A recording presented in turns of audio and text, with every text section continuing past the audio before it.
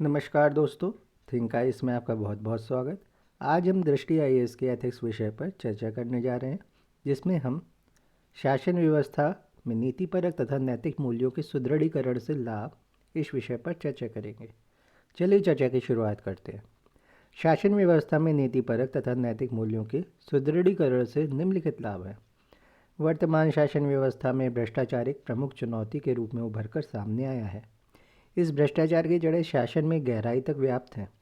भ्रष्टाचार का प्रमुख कारण शासन में नैतिक मूल्यों की अनुपस्थिति है। भ्रष्टाचार निरोध के लिए बनाए गए विभिन्न नियम व कानून प्रभावी नहीं हो पाए हैं। अतः प्रशासन में उच्च नैतिक मूल्यों की उपस्थिति ही भ्रष्टाचार को कम या समाप्त कर सकती है। इसी कारण कन्फ्यूशियस सदाचार उत्तम चरित्र को ही अच्छे शासन की बुनियाद मानते हैं। 1991 में उदारीकरण निजीकरण की नीति अपनाने के पश्चात भारत में विकास की दर तेज होने के साथ ही असमानता की खाई भी बढ़ती गई है, जिससे वितरण मूलक न्याय सुनिश्चित करना प्रशासन के समक्ष एक जटिल एवं प्रमुख समस्या है। वितरण मूलक न्याय के लिए प्रशासन में उचित दृष्टिकोण का होना अनिवार्य है, जिसके लिए अधिकारियों में नैतिक मूल्यों की सुदृढ़ता आवश्यक है। कहा जाता है कि व्यक्ति के जन्म के साथ ही व्यक्ति का सरकार के साथ संबंध स्थापित हो जाता है। विभिन्न दैनिक आवश्यकताओं की पूर्ति के लिए नागरिक सरकार पर निर्भर रहते हैं। अगर शासन में जवाबदेहिता एवं पारदर्शिता जैसे मूल्यों की सुदृढ़ता होगी तो नागरिक शासन के ज़्यादा करीब होंगे। फलतः नागरिकों का शासन के प्रति भरोसा बढ़ेगा। शासन व्यवस्था में नीतिपरक तथा नैतिक मूल्यों की सुदृढ़ता न होने के कारण प्रशासन नीतियों का निर्माण एवं क्रियान्वयन की दिशा में बेहतरी के लिए कार्य नहीं करता है। इसके अतिरिक्त वह जन आकांक्षाओं को भी प्रभावी रूप से नहीं समझ पाता है। फलतः नागरिक एवं प्रशासन के मध्य दूरियां बढ़ने लगती हैं। परंतु नैतिक मूल्यों की सुदृढ़ता से प्रशासन जनता की संवेदनाओं को अच्छी तरह समझता है। परिणाम स्वरूप नीतियों का कुशल क्रियान्वयन सुनिश्चित हो पाता है। समग्र रूप में कहें तो नैतिक मूल्यों का शासन में सुदृढ़ीकरण कुशल एवं प्रभावी शासन संचालन में सहायक है। यह सुदृढ़ीकरण अधिकारियों में उत्तरदायित्व एवं शासन में खुलापन पारदर्शिता को बढ़ाने का कार्य करता है। फलतः नागरिकों एवं प्रशासन के मध्य परस्पर संबंध विकसित होता है। कॉर्पोरेट शासन व्यवस्था, कॉर्पोरेट गवर्नेंस। कॉर्पोरेट शासन व्यवस्था, सबसे पहले हम क्या देखेंगे? परिचय, जिसको हम इंट्रोडक्शन कहते हैं। फिर देखेंगे संकल्पना का विकास कैसे हुआ, कॉर्पोरेट शासन व्यवस्था की जो संकल्पना है उसका कैसे विकास हो सकता है। फिर प्रयास क्या क्या किए जा रहे हैं, उद्देश्य क्या है इसका, इसके क्या क्या लाभ हो सकते हैं, और कॉर्पोरेट सामाजिक उत्तरदायित्व, जिसको हम CSR कहते हैं। इन सारी चीज़ों को हम देखेंगे। CSR का मतलब कॉर्पोरेट सोशल रिस्पॉन्सिबिलिटी।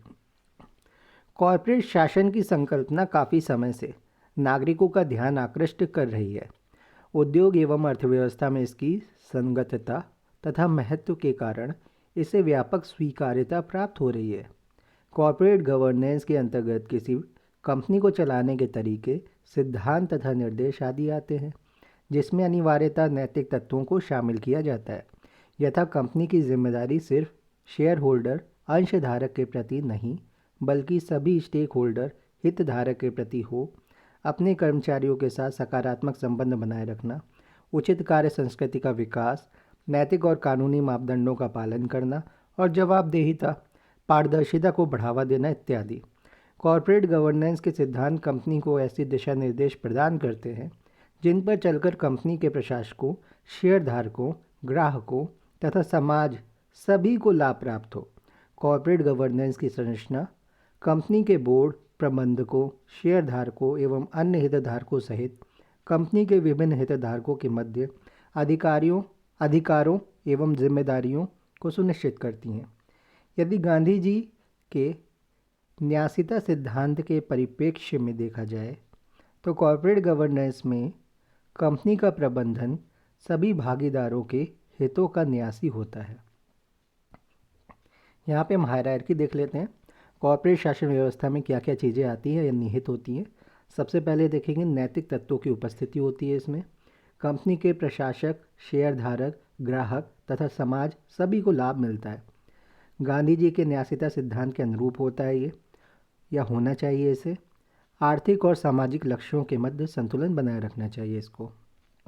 विदित हो कि निजी क्षेत्र मुख्य रूप से लाभ से प्रेरित है, जो व्यवसाय के संचालन की वहनीयता या निरंतरता के लिए महत्वपूर्ण है। हालांकि कॉरपोरेट धोखाधड़ी और क्रोनी कैपिटलिज्म की उदाहरणों में वृद्धि के चलते निजी क्षेत्र की संचालन प्रक्रिया पर सवाल भी उठे हैं। सत्यम घोटाला, एनरॉन घोटाला, 2008 का वैश्विक वित्तीय संकट, ग्लोबल डिप्रेशन कहते हैं इसे, इसी तरह की कार्यप्रणाली की अभिव्यक्ति है, जहां कुछ स्वार्थी व्यक्तियों द्वारा अतिरिक्त लाभ प्राप्त करने के लिए समाज को धोखा दिया गया। इसके अलावा भारत अभी तक अपनी कानूनी विनियामक प्रणालियों तथा प्रवर्तन क्षमताओं का पूरी तरीके से विकास नहीं कर पाया है। निजी क्षेत्र की संस्थाएं विकसित देशों के समान सुविकसित नहीं हैं। इसीलिए भारत में कॉर्पोरेट गवर्नेंस की आवश्यकता है।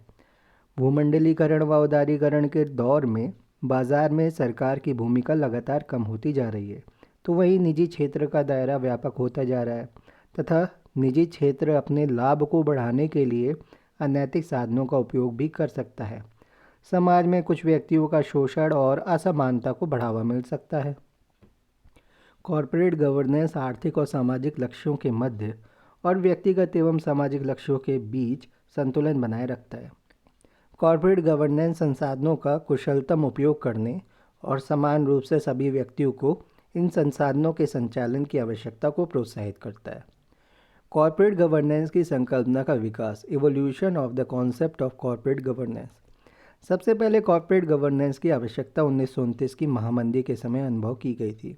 द्वितीय विश्व युद्ध के बाद जब बहुराष्ट्रीय कंपनियां वैश्विक आर्थिक गतिविधियों पर अपना प्रभुत्व स्थापित करने लगीं और जन निगरानी, नियंत्रण और जवाबदेहिता से विमुख होने लगी, तो कॉर्पोरेट गवर्नेंस की आवश्यकता को महसूस किया गया। 80 के दशक आते आते सभी औद्योगिक देशों में कॉर्पोरेट गवर्नेंस की मांग जोर पकड़ने लगी और 1990 में ब्रिटेन के कैडबरी समिति का गठन किया गया, जिसने कॉर्पोरेट गवर्नेंस को लागू करने के विचार से सिफारिशें दी। इन सिफारिशों को आधार बनाकर OECD देशों ने निगमित प्रशासन से जुड़े 6 सिद्धांत प्रस्तुत किए। पहला, शेयरधारकों के अधिकारों का सिद्धांत। दूसरा, साझेदारों की भूमिका का सिद्धांत। तीसरा, समतामूलक व्यवहार का सिद्धांत। चौथा, प्रकटीकरण और पारदर्शिता का सिद्धांत। पांचवा, निदेशक मंडल के उत्तरदायित्व का सिद्धांत। छठा, सच्चरित्र और नैतिक व्यवहार का सिद्धांत। 1990 के बाद वैश्वीकरण के दौर में सभी अर्थव्यवस्थाएं एक दूसरे के साथ तेजी से जुड़ती गईं और इस दौर में कॉरपोरेट घरानों का भूतपूर्व विस्तार देखा गया। नव पूंजीवाद के इस दौर में निम्नलिखित कारणों से निगमित प्रशासन महत्वपूर्ण हो गया है। पहला क्या कारण है? बहुराष्ट्रीय कंपनियों के एकाधिकार में वृद्धि। दूसरा कारण, वैश्विक मंदी के दौर में बड़ी कंपनियों का पतन। तीसरा कारण, बड़े कॉरपोरेट घरानों में उभरे विभिन्न घोटाले। चौथा कारण, कॉरपोरेट घरानों की तीव्र आपसी प्रतिस्पर्धा, कंपटीशन व सरकारी उपक्रमों से प्रतिस्पर्धा। जो सरकारी संस्थाएं हैं उनसे भी कंपटीशन है, खुद में कंपटीशन है। पांचवा कारण है, वैश्वीकरण के दौर में सूचना प्रौद्योगिकी, इंफॉर्मेशन टेक्नोलॉजी के विकास के साथ लोक प्रशासन के समान निजी प्रशासन के वैश्विक मानकों की मांग। अब बात करते हैं भारत में कॉर्पोरेट गवर्नेंस हेतु किए गए प्रयास। Attempts made for corporate governance in India. वैधानिक प्रयास, लीगल अटेम्प्ट्स। कंपनी एक्ट 1956 तथा सिक्योरिटीज़ कॉन्ट्रैक्ट रेगुलेशन एक्ट 1956 में संशोधन। 1992 में सेबी को कानूनी दर्जा दिया गया। सेबी का गठन 1988 में ही हो गया था और सेबी द्वारा security exchange board of India, SEBI द्वारा किए गए सुधार जैसे डिपॉजिटरी एक्ट द्वारा विभूतिकीकरण, जिसको हम कहते हैं डीमटेरियलाइजेशन, को बढ़ावा देकर कागजी स्वरूप की जगह इलेक्ट्रॉनिक स्वरूप की प्रक्रियाओं को स्थापित करना या उनकी स्थापना करना। स्टॉक एक्सचेंज सूचीबद्ध समझौता के खंड 49 में निगमित प्रशासन की प्रक्रियाओं का उल्लेख। संस्थागत प्रयास देख लेते हैं, इंस्टीट्यूशनल अटेम्प्ट्स। वर्ष 2003 में निगमित कार्य मंत्रालय द्वारा निगमित प्रशासन के लिए राष्ट्रीय foundation, national foundation for corporate governance की स्थापना की, जो कॉरपोरेट गवर्नेंस के विषय पर विचार मंच उपलब्ध कराता है, निगमित नेतृत्व को प्रोत्साहित करता है और निदेशकों के लिए उन्मुखीकरण प्रशिक्षण, ओरिएंटेशन ट्रेनिंग उपलब्ध कराता है। 2008 में निगमित कार्य मंत्रालय ने IICA, Indian institute of corporate affairs की स्थापना की। यह निगमित प्रशासन से जुड़े शोध व अनुसंधान R&D में सक्रिय है, रिसर्च एंड डेवलपमेंट में, और समग्र अध्ययन के द्वारा ज्ञान प्रबंधन तंत्र विकसित होता है। निगमित कार्य मंत्रालय द्वारा SFIO, serious fraud investigation office की स्थापना, यह गंभीर प्रकृति के कॉरपोरेट घोटालों की जांच कर कंपनी अधिनियम 1956 तथा IPC के प्रावधानों के अनुरूप अभियोग दर्ज करवाता है। अब समितियां देख लेते, committees. CII, confederation of Indian industry, code committee 1998, code committee 1998 ने कॉरपोरेट घरानों के लिए एक स्वैच्छिक आचार संहिता प्रस्तुत की है, आचार संहिता, code of conduct. Kumar Mangalam Birla समिति 1999, यह समिति सेबी ने स्थापित की थी और इस समिति की सिफारिशों के आधार पर स्टॉक एक्सचेंज सूची इंडेक्स समझौता के खंड 49 को तैयार किया गया है, जो निगमित प्रशासन की उन प्रक्रियाओं का उल्लेख करता है जिनका अनुपालन सूचीबद्ध कंपनियों को अपने कार्यकाल के दौरान करना अनिवार्य है। नरेश चंद्रा समिति 2002, इसे निगमित कार्य मंत्रालय द्वारा गठित किया गया है। इसने कंपनियों की अकाउंटिंग, ऑडिटिंग और बोर्ड ऑफ डायरेक्टर्स के प्रबंधन के विषय में अपनी सिफारिशें दी। नारायण मूर्ति समिति 2003, इसे कॉरपोरेट गवर्नेंस, मानक सुधार तथा स्टॉक एक्सचेंज सूची इंडेक्स समझौता के खंड 49 की समीक्षा के लिए बनाया गया था। JJ ईरानी समिति 2005, इसका गठन भी निगमित कार्य मंत्रालय द्वारा किया गया। यह वर्तमान आर्थिक परिदृश्य में कंपनी एक्ट में बदलावों की सिफारिश से संबंधित है, ताकि विदेशी निवेश आकर्षित किया जा सके और निगमित प्रशासन को सुधारा जा सके। उदय कोटक समिति की सिफारिशें। कोटक महिंद्रा बैंक के उपाध्यक्ष और प्रबंध निदेशक उदय कोटक के नेतृत्व वाली 25 सदस्यीय समिति ने कॉरपोरेट गवर्नेंस को और मजबूत बनाने के लिए बाजार नियामक भारतीय प्रतिभूति और विनिमय बोर्ड से भी security exchange board of India को अपनी रिपोर्ट सौंप दी है। समिति ने कस्टोडियन या ट्रस्टीशिप न्यास आधारित मॉडल का कंपनी संचालन के मामले में समर्थन किया है, जो गांधी जी के सिद्धांत पर आधारित है। कोटक ने कहा है कि कंपनी को चलाने के दो उपाय हैं, एक न्यास वाला, दूसरा राजा वाला। कोटक के अनुसार संरक्षक अथवा न्यास आधारित कंपनी का स्वरूप गांधी के सिद्धांत पर काम करता है, जबकि राजा मॉडल समाज के बजाय अपने हितों को ध्यान में रखते हैं, जिससे कंपनी के प्रति आम जनमानस में नकारात्मक भावना बनती है। इस रिपोर्ट में कंपनी संचालन के मानकों को बेहतर बनाने के लिए कई सुझाव दिए गए हैं, जो निम्नलिखित हैं। लिस्टेड कंपनीज में कम से कम 6 और अधिक से अधिक 8 डायरेक्टर हों और उनमें से भी एक डायरेक्टर महिला, इंडिपेंडेंट या एग्जीक्यूटिव हो, जिससे लैंगिक समानता को बढ़ावा दिया जा सके।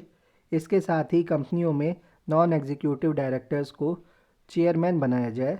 बोर्ड्स में प्रत्येक डायरेक्टर की जिम्मेदारी तय होनी चाहिए तथा डायरेक्टर की क्षमता का भी उल्लेख होना चाहिए। कमेटी ने यह भी कहा है कि कंपनी बोर्ड में आधे डायरेक्टर इंडिपेंडेंट स्वतंत्र निदेशक होने चाहिए। वर्तमान में 1/3 सदस्य स्वतंत्र निदेशक होने का नियम है।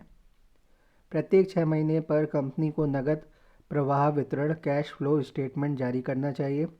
इसके अतिरिक्त एक वित्तीय वर्ष में कम से कम 5 बैठकें ऑडिट कमेटी की होनी चाहिए। कंपनी को जो भी क्रेडिट रेटिंग मिली है वो हमेशा पब्लिक डोमेन में होनी चाहिए, ताकि कोई भी निवेशक निवेश करने से पहले कंपनी की साख का अनुमान लगा सके। मैनेजिंग डायरेक्टर MD और चीफ एग्जीक्यूटिव ऑफिसर CEO की भूमिका अलग अलग तय की जानी चाहिए। इसके साथ ही प्रत्येक 1 वर्ष में सक्सेशन प्लानिंग, रिस्क मैनेजमेंट पर चर्चा अवश्य होनी चाहिए। तो सक्सेस की जो प्लानिंग होती है उसका जो रिस्क होता है उसके मैनेजमेंट पर चर्चा हमेशा 1 वर्ष में होनी चाहिए। समिति का सुझाव है कि गैर कार्यकारी निदेशक स्तर के अधिकारी 75 वर्ष से अधिक उम्र के बाद बिना किसी वाजिब प्रस्ताव के अपने पद पर ना बने रहें, हट जाएं। इसके अलावा डायरेक्टरों के इस्तीफे का कारण सार्वजनिक होना चाहिए।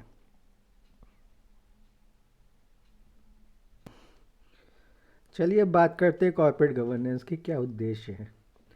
अच्छी व प्रभावी कॉर्पोरेट शासन का उद्देश्य निम्नलिखित लक्ष्यों की प्राप्ति करना है। समाज के मूल्यों का सम्मान करते हुए शेयरधारकों के लाभ को अधिकतम करना एवं अन्य हितधारकों की रक्षा करना। संसाधनों का इष्टतम उपयोग करने के साथ साथ शेयरधारकों की संपत्ति में वृद्धि करना।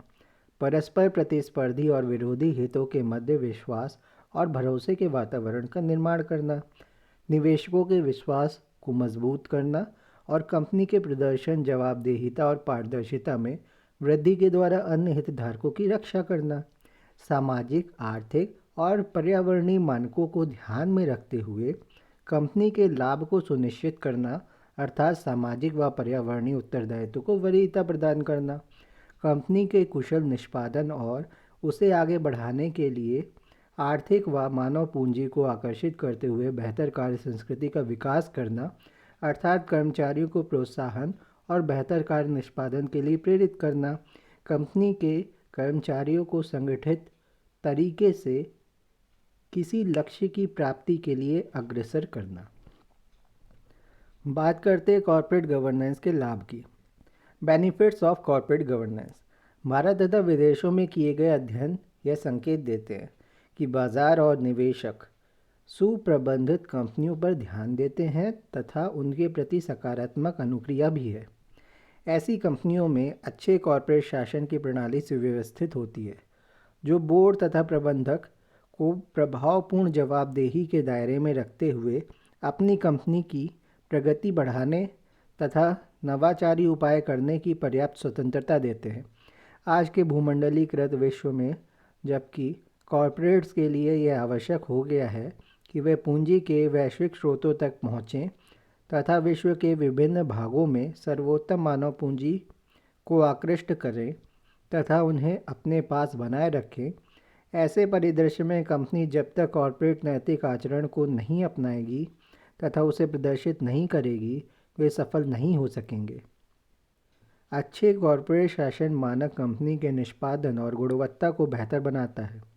साथ ही कॉर्पोरेट शासन प्रक्रियाओं द्वारा प्रस्तुत विश्वसनीयता भी अधिक दीर्घावधिक पूंजी को आकृष्ट करने के लिए विदेशी तथा घरेलू निवेशकों के विश्वास को बनाए रखने में सहायता करती है। इससे वित्त पोषण के अधिक स्थायी स्रोत अभिप्रेरित होते हैं। वस्तुतः कॉर्पोरेट शासन से पारदर्शिता, जवाबदेहिता, ईमानदारी, विश्वास और अखंडता, परस्पर सम्मान एवं संगठन के प्रति वचनबद्धता इत्यादि को बढ़ावा मिलता है। यह नैतिक शासन और हितधारकों के हितों की दिशा में कार्य करता है तथा सामाजिक, राजनैतिक, आर्थिक उत्तरदायित्व को सुनिश्चित करता है। कॉरपोरेशन के प्रशासन को प्रभावी बनाने के लिए तथा कॉर्पोरेट धोखाधड़ी व जालसाजी रोकने के लिए कॉर्पोरेट गवर्नेंस एक प्रभावी उपाय हो सकता है। यदि कोई कॉरपोरेशन लंबे समय तक लाभ अर्जित करना चाहता है तो यह ज़रूरी है कि वह उच्च नैतिकता के साथ काम करे और यह नैतिकता उसके प्रशासन में स्पष्ट रूप से दिखे। कॉर्पोरेट गवर्नेंस की हायरार्की देख लेते हैं, क्या क्या चीज़ें होती हैं। कॉर्पोरेट धोखाधड़ी व जालसाजी रोकने में सहायक होता है। ये सर्वोत्तम मानव पूंजी को आकृष्ट करता है, कंपनी की उत्पादकता और गुणवत्ता बढ़ाने में सहायक होता है, सामाजिक, राजनीतिक, पर्यावरणीय उत्तरदायित्व के साथ लाभ को महत्व मिलता है। संभवतः कॉर्पोरेट शासन कारोबार या व्यापार के सबसे महत्वपूर्ण पहलुओं में से एक है, जिसका कंपनी की लाभप्रदता, विकास और निरंतरता पर लाभ पड़ता है। इसलिए कॉर्पोरेट शासन निरंतर और मजबूत विकास के लिए महत्वपूर्ण है, जो न सिर्फ निवेशकों का बल्कि जनता के एक बड़े हिस्से का विश्वास बढ़ाता है। अतः सभी हितधारकों के कल्याण को ध्यान में रखते हुए कॉर्पोरेट शासन के विशुद्ध सिद्धांतों को स्थापित करने की आवश्यकता है। यह और भी महत्वपूर्ण हो जाता है क्योंकि आवश्यक सेवाओं को प्रदान करने में निजी क्षेत्र की व्यापक भागीदारी होती है। कुल मिलाकर कॉर्पोरेट शासन कंपनी के कार्यों का संचालन इस प्रकार करता है कि सभी शेयरधारकों के साथ उचित व्यवहार हो सके तथा इसके लाभ अधिकाधिक संख्या में हितधारकों को लाभान्वित करें। इसके अतिरिक्त कॉर्पोरेट शासन से नैतिक नेतृत्व को बढ़ावा मिलता है, जो किसी भी व्यवसाय या कंपनी के लिए अच्छा माना जाता है, क्योंकि संगठन सभी हितधारकों की आकांक्षाओं के अनुरूप अपने व्यवसाय का संचालन करता है। कॉर्पोरेट सामाजिक उत्तरदायित्व CSR corporate social responsibility Bharat में लोकोपकारी क्रियाकलापों के लिए दान की प्रणाली का एक इतिहास है। पूर्व में व्यापारी बाढ़ और अन्य प्राकृतिक आपदाओं के समय राहत के कार्यों में सहायता देते थे।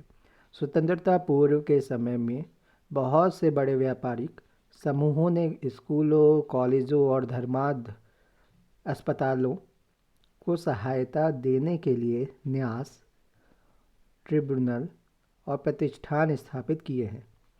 तो न्यास बेसिकली वो होती है, कोई संस्थाएं बनाई उन्होंने, ट्रस्ट बनाए, ये सारी चीज़ें। बाद में कुछ बहुराष्ट्रीय कंपनियां भी इसमें शामिल हो गईं। भारतीय समाज में न्यासिता, ट्रस्टीशिप, दान और कल्याण की परंपराएं लंबे समय से बनी हुई हैं। सामाजिक भलाई की कल्पना हमेशा भारतीय मानसिकता का भाग रही है। कॉर्पोरेट सामाजिक उत्तरदायित्व CSR से अभिप्राय किसी औद्योगिक इकाई का उसके सभी पक्षकारों जैसे संस्थापकों, निवेशकों, ऋणदाताओं, प्रबंधकों, कर्मचारियों, आपूर्तिकर्ताओं, ग्राहकों, वहाँ के स्थानीय समाज एवं पर्यावरण के प्रति नैतिक दायित्व से है। कॉर्पोरेट सामाजिक उत्तरदायित्व सामाजिक, आर्थिक एवं पर्यावरणीय जिम्मेदारी को निभाते हुए लाभ कमाती है। भारत में कॉर्पोरेट सामाजिक उत्तरदायित्व की अवधारणा को कंपनी अधिनियम की धारा 135 के अधीन नियंत्रित किया जाता है, जो कि 1 अप्रैल 2014 से प्रभाव में आया है। दायित्वों का निर्वहन आर्थिक होता है, सामाजिक होता है, पर्यावरणीय होता है। उल्लेखनीय है कि कॉर्पोरेट सामाजिक उत्तरदायित्व का प्रावधान उन कंपनियों पर लागू होता है जिन कंपनियों की निवल मूल्य नेटवर्थ 500 करोड़ रुपए से अधिक हो, या कुल कारोबार टर्नओवर 1000 करोड़ से अधिक हो, या शुद्ध लाभ नेट प्रॉफिट 5 करोड़ से अधिक हो।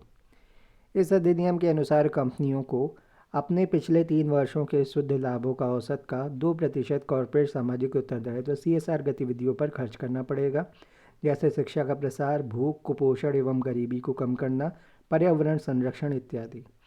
भारत संभवतः ऐसा पहला देश है जिसने कॉर्पोरेट कंपनियों द्वारा कॉर्पोरेट सामाजिक उत्तरदायित्व को अनिवार्य रूप से पूरा करने के लिए कानून बनाया है। कॉर्पोरेट सामाजिक उत्तरदायित्व सामाजिक हित, परोपकार एवं समाज के प्रति अपनी जिम्मेदारियों के निर्वहन में भूमिका या महत्वपूर्ण भूमिका निभाता है। कॉर्पोरेट सामाजिक उत्तरदायित्व कंपनियों को अधिक लाभदायक और चिरस्थायी बनाता है। जब कोई कंपनी जनता के कल्याण के लिए प्रत्यक्ष रूप से कुछ कार्य करती है, तो इससे उस कंपनी के प्रति लोगों की सद्भावना का प्रसार होता है और आमजन के साथ उसमें कार्य करने वाले कर्मचारियों का भी उस पर विश्वास बढ़ता है। कर्मचारियों के विश्वास बढ़ने से कंपनी की उत्पादकता भी बढ़ती है। साथ ही इससे कंपनी को बिना पैसा खर्च किए प्रचार मिलता है, जिससे उसके उत्पादों की बिक्री में बढ़ोतरी होती है। उस कंपनी की क्रेडिट रेटिंग बढ़ने से लोग उसमें अपना विश्वास या अपना निवेश करना पसंद करते हैं। इन सब का परिणाम यह होता है कि सरकार, अंतर्राष्ट्रीय निवेशक इत्यादि में कंपनी की छवि अच्छी हो जाती है एवं उन्हें निवेशकों तथा नीति निर्माताओं का भी अधिक सहयोग प्राप्त होता है। इससे कंपनी अपेक्षाकृत अधिक लाभ एवं स्थायित्व की स्थिति में आती हैं। गौरतलब है कि कॉर्पोरेट क्षेत्र में आर्थिक विकास के साथ साथ सामाजिक विकास में भी योगदान करने की समर्थता एक महत्वपूर्ण विशेषता है। इसलिए सामाजिक मूल्यों के साथ व्यवसाय संचालन से संतुलन के लिए कॉर्पोरेट क्षेत्र कॉर्पोरेट सामाजिक उत्तरदायित्व CSR का निर्वहन करते हैं। इसके अंतर्गत कंपनी की व्यावसायिक नीतियों और कार्यवाहियों में साझेदारों व समाज के हितों को ध्यान में रखा जाता है। दरअसल एक कंपनी समाज से अपना लाभ कमाती है और समाज में रहकर ही अपने व्यवसाय को संचालित करती है। इन परिस्थितियों में उस कंपनी की यह जिम्मेदारी, नैतिक जिम्मेदारी होती है कि वह समाज के प्रति अपने उत्तरदायित्वों का निर्वहन करे। एक बेहतर सामाजिक व्यवस्था के निर्माण में अपना सहयोग दे। भारत में कंपनियां अब अपनी सामाजिक जिम्मेदारी को स्पष्ट रूप से स्वीकार करती है और उनमें बहुत सी कंपनियां इसके लिए काफ़ी अधिक संसाधन आवंटित करती हैं। टाटा हो गई, आईटीसी हो गई और अजीज़ प्रेमजी प्रतिष्ठान हो गए, विप्रो हो गई, इन्फोसिस हो गई। ऐसी प्रमुख हस्तियां हैं जिन्होंने व्यापार की योजनाओं को नैतिक और सामाजिक प्रतिबद्धता के साथ जोड़ दिया है। टाटा कंपनी के द्वारा शुरू किया गया जीवन रक्षा पहल मानसी MANSI और भारत पेट्रोलियम द्वारा शुरू किया बूंद कार्यक्रम इस दिशा में अग्रसर है। कॉरपोरेट सामाजिक उत्तरदायित्व ने ग्रामीण क्षेत्रों में नागरिकों के जीवन स्तर में सुधार, प्राथमिक या प्रौढ़ शिक्षा, महिला और बाल पोषाहार यानी माल न्यूट्रिशन को ख़त्म करना, पेयजल इत्यादि के विकास में उल्लेखनीय भूमिका निभाई है,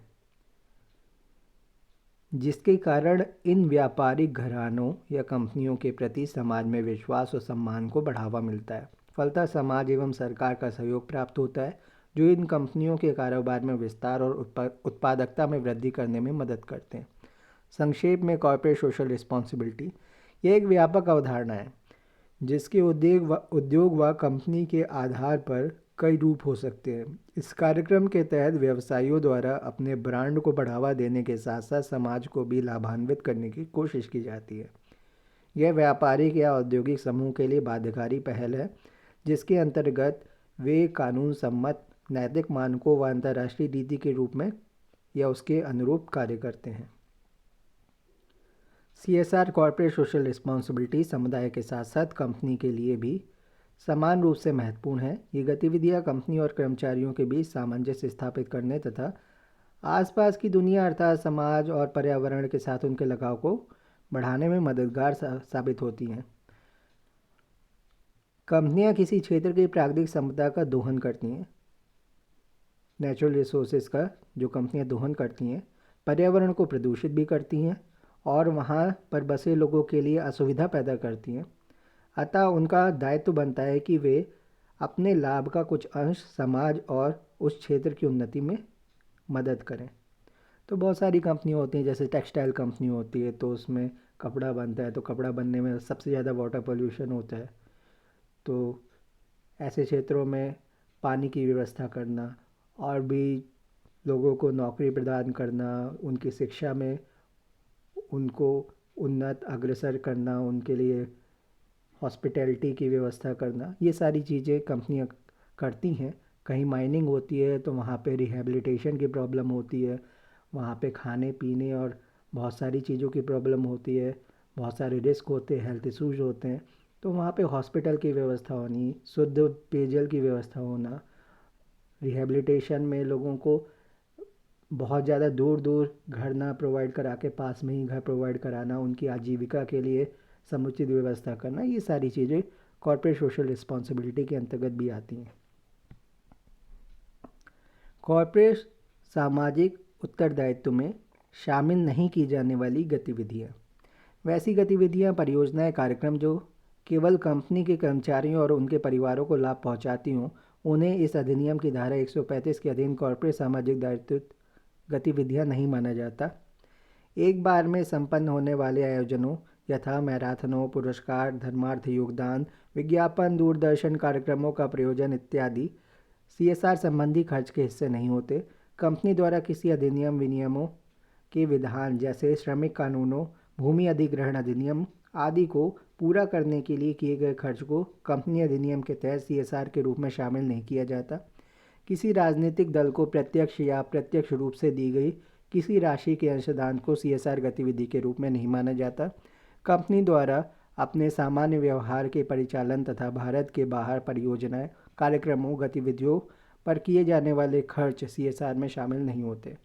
कॉर्पोरेट सामाजिक उत्तरदायित्व में विद्यमान चुनौतियाँ। निम्न सहभागिता।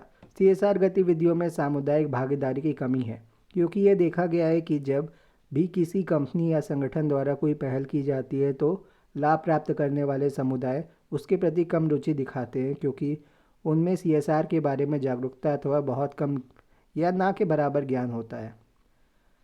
कार्यकुशलता का अभाव। प्रभावी CSR तकनीकी विकसित करने के लिए कई कंपनियों के पास कुशल मानव शक्ति और तकनीकी जानकारी नहीं है। यह प्रभावी CSR नीतियों और रणनीतियों को विकसित करने के लिए एक आवश्यक तत्व है।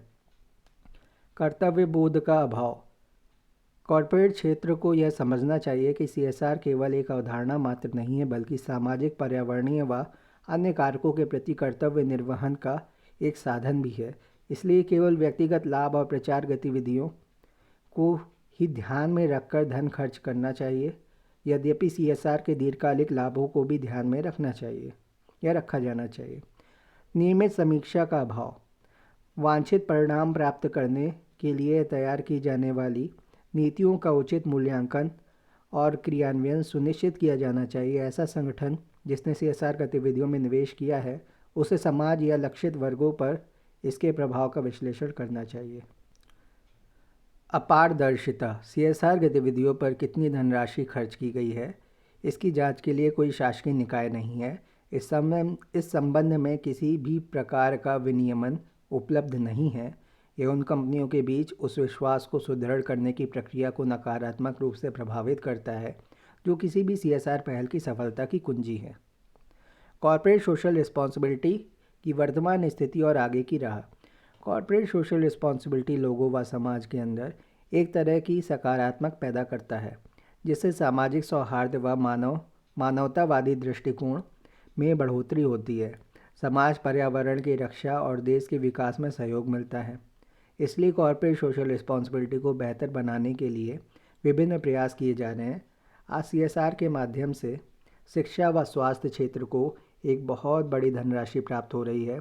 हाल ही में सरकार ने CSR कॉर्पोरेट सोशल रिस्पॉन्सिबिलिटी पर एक सुसंगत नीति के लिए मौजूद ढांचे व गाइडलाइंस की समीक्षा तथा रोड मैप तैयार करने के लिए कॉर्पोरेट मामलों के मंत्रालय के सचिव इंजेतो श्रीनिवास की अध्यक्षता में कॉर्पोरेट सामाजिक उत्तरदायित्व 2008 को लेकर एक उच्च स्तरीय समिति का गठन किया है।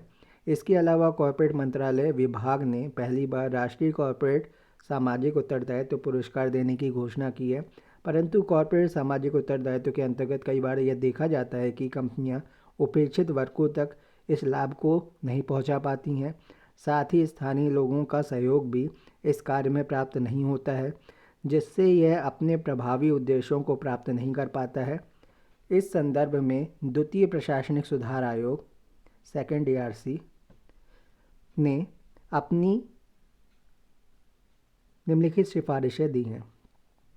जब किसी निगमित निकाय द्वारा कोई समुदाय लाभ वाली परियोजना हाथ में ली जाए तो कंपनी और स्थानीय सरकार के बीच परस्पर कुछ परामर्श होना चाहिए, ताकि उस क्षेत्र में ऐसे ही किसी अन्य विकास कार्यक्रम के साथ कोई अनावश्यक टकराव न हो। सरकार को एक सुविधा प्रदाता के रूप में कार्य करना चाहिए और ऐसा वातावरण उत्पन्न करना चाहिए जिससे व्यापार और उद्योग को ऐसी परियोजनाएं और ऐसे क्रियाकलाप हाथ में लेने के लिए प्रोत्साहन मिले, जिनसे स्थानीय समुदाय के जीवन की गुणवत्ता पर प्रभाव पड़ने की संभावना हो। इसके अतिरिक्त CSR को प्रभावी बनाने के लिए अन्य उपाय भी किए जाने की आवश्यकता है, जो निम्नलिखित है। CSR पहल को और अधिक प्रभावी बनाने के लिए आम जनता के बीच CSR के बारे में जागरूकता को फैलाने की आवश्यकता है। इस क्षेत्र में कॉर्पोरेट घरानों द्वारा किए गए सराहनीय कार्यों को उजागर करने के लिए मीडिया सहित विभिन्न हितधारकों द्वारा इस बारे में जागरूकता फैलाने का काम किया जाना चाहिए। कंपनियां समाज की विभिन्न समस्याओं को उठा सकती हैं और अनुसूची से अलग अन्य सामाजिक मुद्दों पर भी CSR के तहत कार्य कर सकती हैं। CSR गतिविधियों को बढ़ाने में योगदान देने हेतु कंपनियों के शेयरधारकों को भी प्रोत्साहित किया जाना चाहिए। इस क्षेत्र में ज्ञान और जागरूकता का प्रचार प्रसार करने के लिए कंपनियों द्वारा सम्मेलन, सेमिनार, कार्यशाला तथा प्रशिक्षण सत्र आयोजित किए जाने चाहिए। विभिन्न कंपनियों द्वारा तैयार की गई मौजूद नीतियों की भी समीक्षा होनी चाहिए, यह भी महत्वपूर्ण काम है, और क्रियान्वयन भी इस तरह से किया जाना चाहिए कि वांछित परिणाम प्राप्त किए जा सके। धन्यवाद।